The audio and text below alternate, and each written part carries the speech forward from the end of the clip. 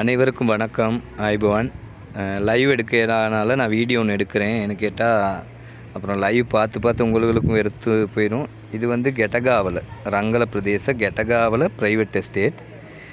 இங்கே வந்து 27ஆம் தேதி போன மண் சரிவு தான் இது. இந்த பாருங்கள், இந்த குசினி இந்த காமராலாம் முற்று முழுதாக பாதிக்கப்பட்டிருந்துச்சி.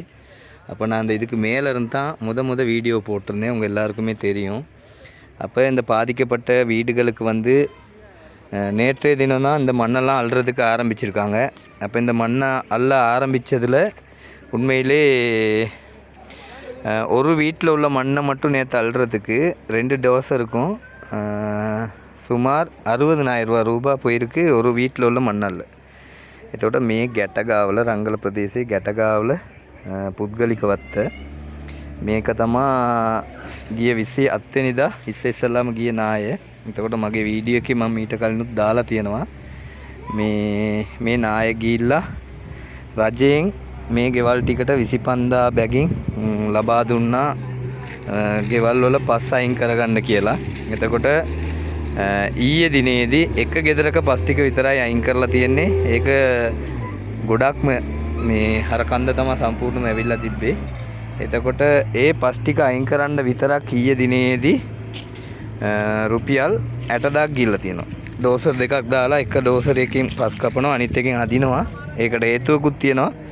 பொடி இட பிரமாணம் தான் තියෙන්නේ. அப்போ உண்மையிலே பாருங்கள், அந்த 25,000 ரூபாயில் வந்து இவங்க மண்ணல்றதுக்கு ரெடியாகி நேற்று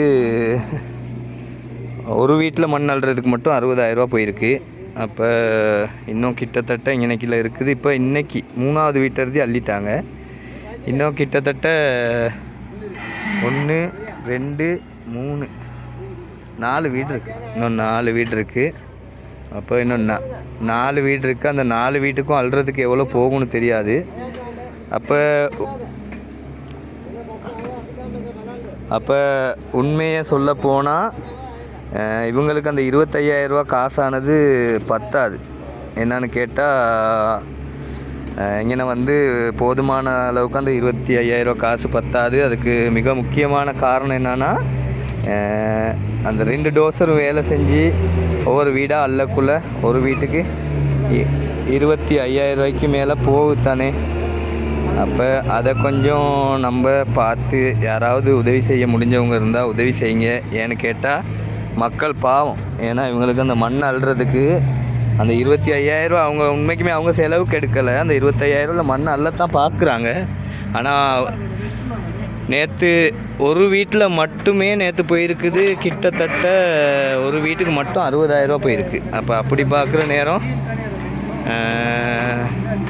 இன்றைக்கி எவ்வளோ போகும்னு தெரியாது.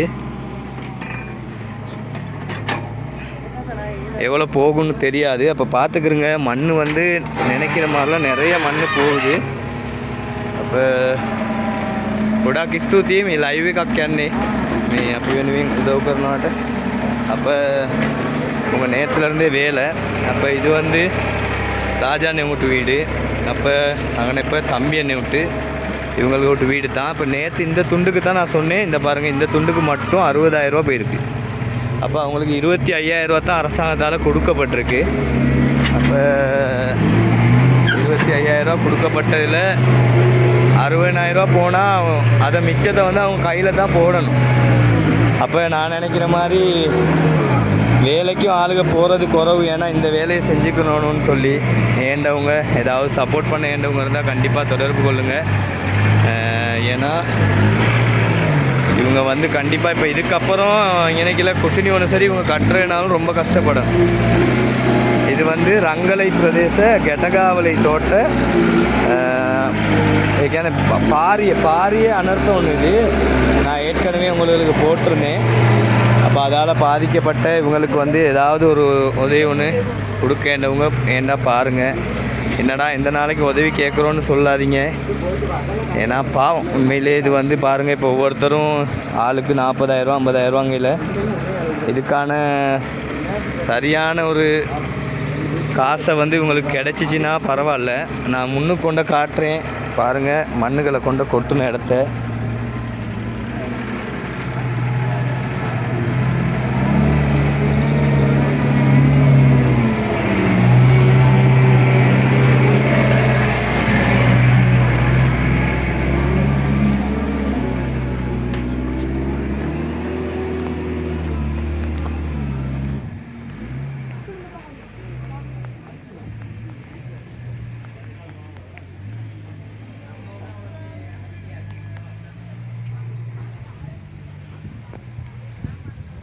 இது வந்து நேற்று வெட்டின ஒரு இடத்துல உள்ள மண்.